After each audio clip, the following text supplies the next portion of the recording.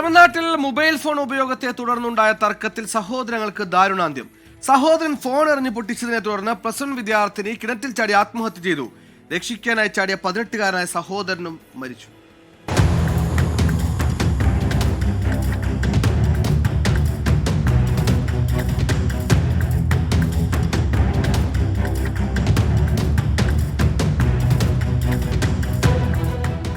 തമിഴ്നാട്ടിലെ പുതുക്കോട്ടയിൽ കഴിഞ്ഞ ദിവസം രാത്രിയായിരുന്നു സംഭവം.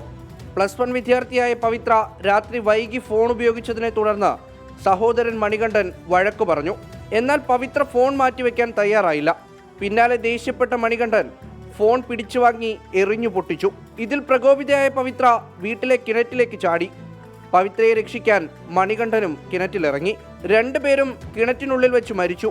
വീട്ടുകാർ വിവരമറിയിച്ചതിനെ തുടർന്ന് പോലീസും ഫയർഫോഴ്സും എത്തിയാണ് ഇരുവരുടെയും മൃതദേഹം പുറത്തെടുത്തത്. തിരുച്ചിറപ്പള്ളി മെഡിക്കൽ കോളേജിൽ പോസ്റ്റ്മോർട്ടം നടത്തിയ ശേഷം മൃതദേഹങ്ങൾ സംസ്കരിച്ചു.